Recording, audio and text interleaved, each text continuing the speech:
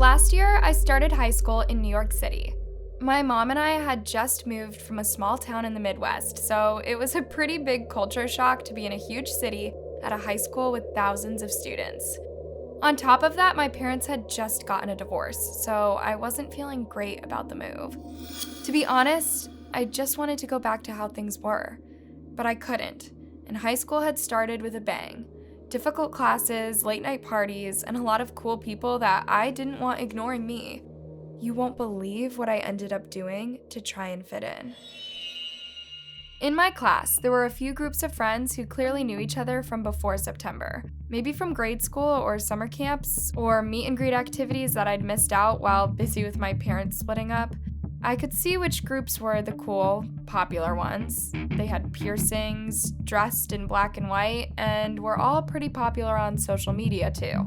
Before long, I was craving their approval like any lost teen in a new town would. During lunch break one day, I tried talking to one of the cool girls, Anna, but she was being pretty mean and sarcastic about everything I said. She made fun of me for smoking and told me I should change my hair color, as I looked like a Barbie doll. It didn't feel good at all to hear this. I don't know why, but I really wanted to be a part of Anna's group, and the only solution I saw was to do what she told me. So that night, I dyed my hair black. My mom was intrigued and jokingly asked me if it was a new social media trend to wear your hair black. I said, of course not, I just think I look better this way. But when I got back to school, I could see Anna and her friends looking at me and smirking in the courtyard. Anna walked over to me and said, if you so desperately want to hang out with us, follow me on TikTok. I didn't know what to answer. I guess my intentions were obvious, judging by my brand new hair color. So I just followed Anna's TikTok account called Not Your Girl Next Door. I looked through her videos and saw a lot of trending dances and lip syncs, as well as slightly dangerous stunts like climbing over the school's wall or stealing objects from the head teacher's office. I liked some of these videos and I thought I'd start making some fun videos too. So you could imagine my surprise when the next day Anna approached me and asked me if I wanted to join her group after school.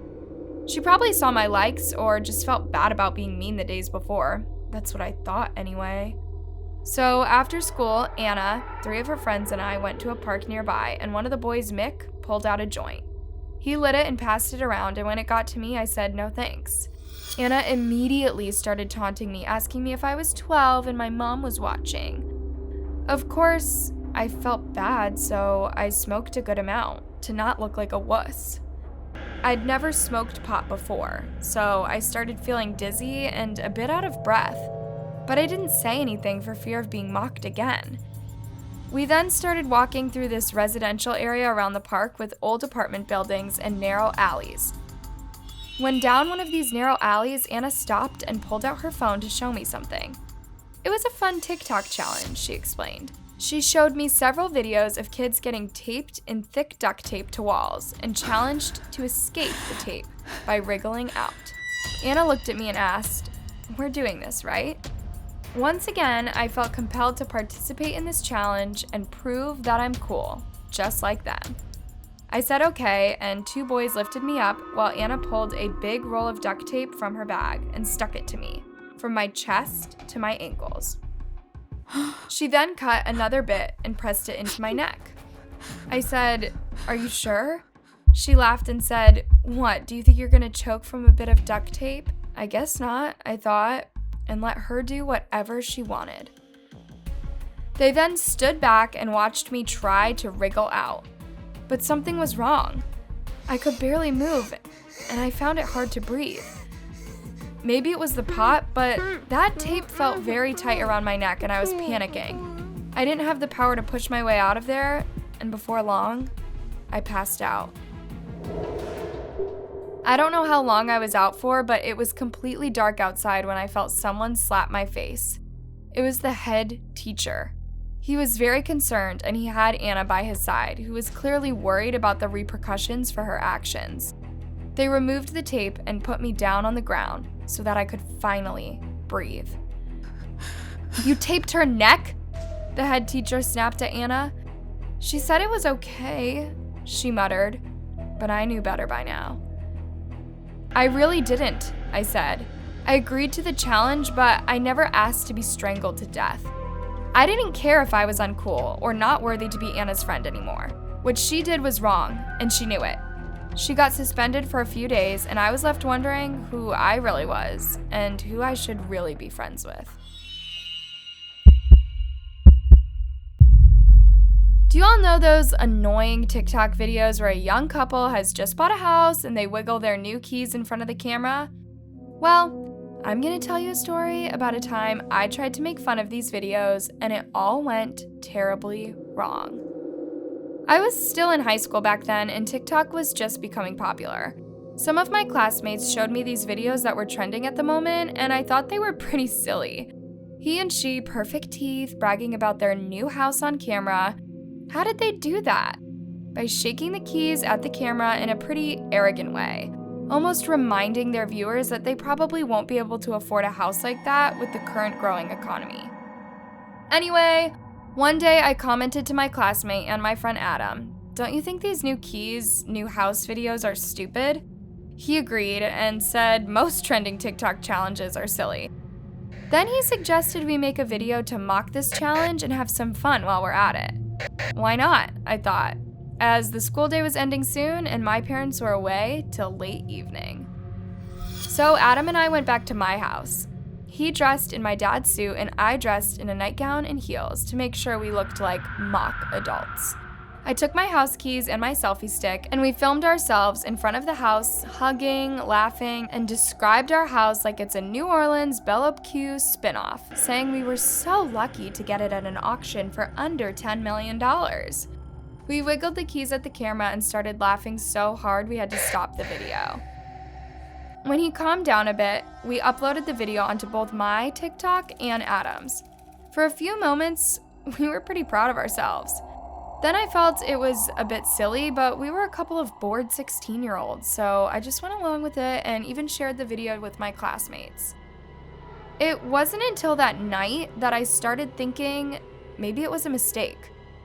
Before bed, I checked my TikTok to see how many likes the video had got, and I noticed a weird comment. It was from an account called No Time to Laugh, and it said, "You must think you're really special." It made my hands feel very cold and my throat dry. I clicked on the account, but it was private, and I couldn't see any posts or information whatsoever. I took a screenshot of the comment and sent it to Adam to ask him if he thought it was as creepy as I thought it was. I froze when I saw the answer. His video got the exact same comment. We blocked the account and said we wouldn't make a big deal out of it. Surely there's a lot of creepy people on the internet, we thought, and it's just better to ignore them. That night, I woke up to some strange sounds coming from inside the house. First, I thought maybe mom or dad were still up, but I looked at the time on my phone and it was past 3 a.m. So what was going on? I was pretty scared, but I decided to walk to my bedroom door and press my ear against it. I heard some scratching noises, then a sort of thud. It was clear that someone was in the house now. I was cold and sweaty and had no idea what to do. As I listened to all the noises coming from downstairs, I started getting worried about my parents, so I grabbed my phone and called 911. They said they would be at the house in under 10 minutes, and I couldn't wait any longer hidden in my bedroom. I walked out into the hallway and peeked through the staircase railing. I covered my mouth to stop myself from screaming. There were two big men with their faces covered, filming themselves as they walked through the house and stole various objects. I couldn't believe what I was seeing. How did they get into the house? Then my heart stopped and I began feeling sick as I realized it was all my fault. My stupid video on TikTok showed the keys to my house to every TikTok user. It was a bit crazy that someone would be able to copy the keys from just a video, but I couldn't think of any other explanation. Just as I was feeling guilty and anxious for the police to arrive, the floor below me creaked and the man saw me. "Oh," one of them exclaimed. "What do we have here?" The men laughed and started climbing the stairs. I screamed in horror and called my dad. I wanted to lock myself in the bathroom, but I was afraid I would leave Dad out in the open with those two. So I was literally trembling in the hallway when my dad came out and shouted when he saw what was happening. 1 second later, he punched one of the guys in the face. Just then, the police came, and within seconds, the two men were arrested, and then the stolen goods were returned to us. As the men were being escorted to the police car, one of them turned towards me and said, "You're not special," just before leaving the house. I froze. This was the same guy that commented on my video earlier that day. Once the men were in the car, I told the police officer about the video I'd made that day and asked him if it was possible that they could have copied a house key from it. He said, obviously, and added that it wasn't the first case of a break-in caused by a silly TikTok video. In the end, I became the joke. I felt so embarrassed now that my parents found out I had brought these two men in the house through a TikTok challenge joke. While my parents explained I didn't bring anyone into the house and they alone are guilty, I still have dark thoughts about what I did, and sometimes I even lie awake at night thinking I'm hearing noises coming from downstairs.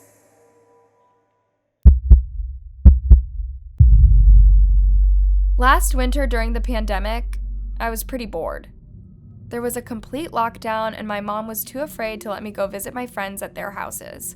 So I would spend every day online, either on Google Classroom or on social media after school. I would be on TikTok most times, following trends and challenges to keep myself entertained in those bleak months. I got quite a bit into makeup, watching tutorials and then doing some myself and posting them on my TikTok page. I learned how to do cosplay makeup and would post things such as how to look like Harley Quinn. Most of the feedback I got was positive, with other teens feeling inspired to try the makeup themselves. But at one point, the comments started taking a dark turn. At one of my makeup tutorial videos, someone commented, "You're ugly." Just that. It made me feel sick and worried. Why would someone say something so mean to a person they don't know? I deleted the comment immediately and tried not to think about it. But a few hours later, I checked my TikTok again, and the same comment had appeared on several of my posts. The same person was punishing me for deleting their comment. I didn't want to engage with this person. I blocked the account and carried on with my videos, but to be honest, I couldn't get those comments out of my head.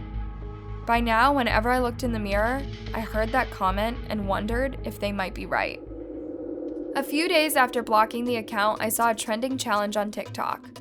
Many teens were doing these complete makeovers at home with tools they found in their kitchens and bathrooms. They would get their hair cut, their skin lightened, or cheeks blushed with random powders like paprika. I thought it was quite funny, although a bit dangerous, as many of these kids were using sharp tools that weren't made for cutting hair or trimming eyebrows. I decided not to try the challenge, and I posted another makeup video on my TikTok page. Within minutes, I got a comment from a different account. It said, "You should do the home makeover challenge. It would help you." Once again, this sounded mean in the same way the other account did. I wondered if it was the same person. I felt angry and frustrated and wanted these comments to end.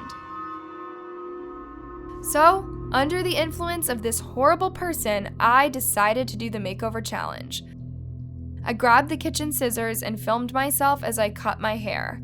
My eyes were teary as I felt this didn't make me more beautiful, just more of a joke for that internet predator to laugh at. I wasn't even focused on cutting my hair anymore, so I accidentally cut my earlobe with the kitchen scissors. I yelled with pain and didn't even want to know how I looked in the video. My hair was uneven, my ear was spitting blood everywhere, and I was crying with anger. I threw the scissors away from myself and they hit a lamp, which fell and broke. Before long, my mom came into the kitchen and saw the disaster. Light bulb shards, blood, and her daughter crying in front of her phone. She immediately turned on my camera and hugged me. She had no idea about the videos I'd been posting or about the comments I'd received over the last few days. While she patched up my ear, I told her all about my horrible TikTok experience and how I felt lonely and bored throughout the lockdown. She agreed to letting me visit my friends every weekend, no matter the situation with the virus. I shouldn't be locked inside my room on social media 24/7. No one should spend their teenage years like that. I'm glad my mom was there to help me put an end to that horrible TikTok challenge. It could have gone much worse. To think I could have posted it and allowed that disgusting predator to mock me some more and manipulate me into doing dangerous things on screen. I spoke to the police about the 2 accounts, but by the time they checked them, both of them had been deleted. The police just told me to be more careful online, and I'm tempted to say the same to all of you. Be safe out there, and don't listen to evil comments. Wow, I hope you didn't have such horrible TikTok experiences. If you liked the video, make sure you click the like and subscribe buttons. Be sure to check out the other news story, 3 horrifying true internet predator stories. It's sure to send a shiver down your spine. Sleep tight.